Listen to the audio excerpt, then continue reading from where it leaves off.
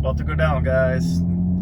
So just over a year, well, I guess a year and a month, actually to the day, 1 year and 1 month to 20,000 miles. So it came a little sooner than I thought it would, to be honest. When I first bought the car, I usually put about maybe 12 or 13,000 miles on my car a year.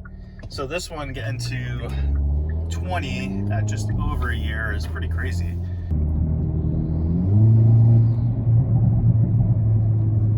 There it is, guys, 20,000, woo! Cool. So I'm very happy at 20,000 miles. I don't know, I did a 10,000 mile update, so I don't know if I'm gonna do a 20,000 as well, but I just wanted to show you guys that. Now we're gonna jump into why I chose to get a hot air intake.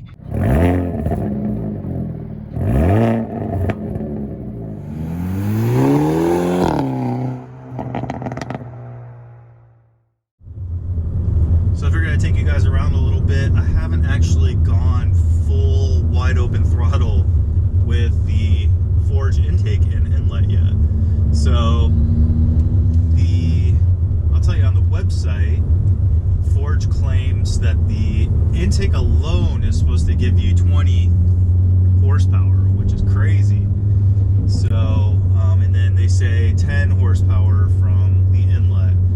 I'm realistic. I know it's not 30 horsepower. That would be completely ridiculous. No way. But I'm curious to see if it does feel like it pulls any harder than when it was completely stock.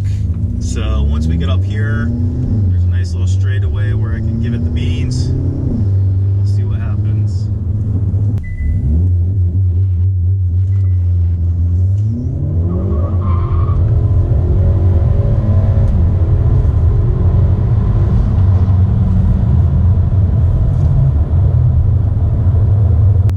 That pulled pretty good, guys. The car is not octane learned right now, so that does make a big difference too. So the ultimate test is going to be going to the drag strip when the temperatures cool down. The day that I ran the 12.9, it was like in the 50s. So I'm going to try to find a day in the fall time that's around that same temperature. All right, so now it's time to park. I'm going to pop the hood and I'm going to talk about this hot air intake.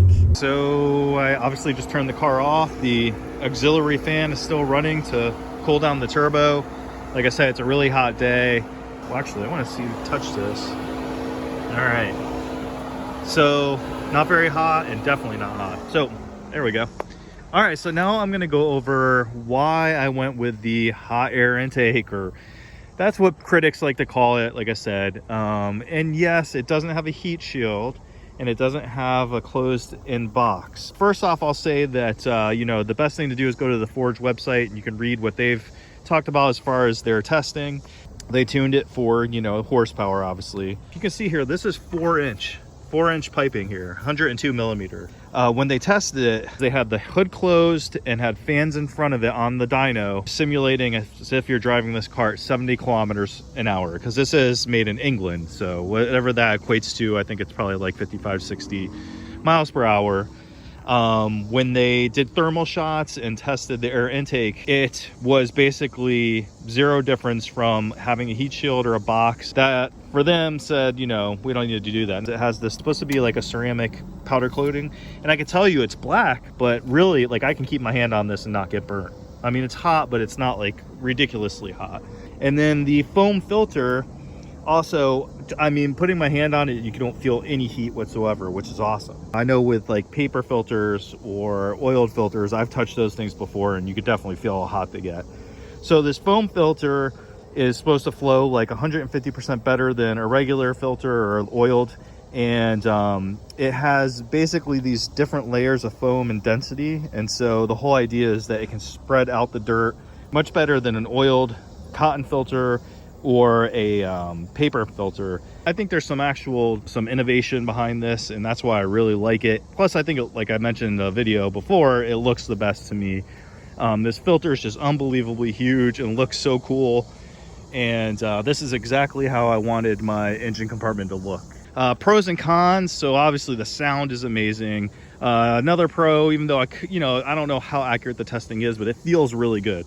I definitely don't feel a loss in horsepower or torque. The con, I can't keep my foot out of the gas now, so I'm going down in miles per gallon because I've just been having so much fun getting on this thing. It's really cool when you're just in normal mode and you don't hear anything, but then if you want to hear some, you know, nice sound, because obviously you don't get it from the exhaust, you just give it a little gas and it just sounds beautiful. But it just sounds special and racy and awesome, and that's just what I wanted from this car. So there you go, guys. Like I said, hit me up with any questions, comments, like, subscribe. Till the next one. Peace.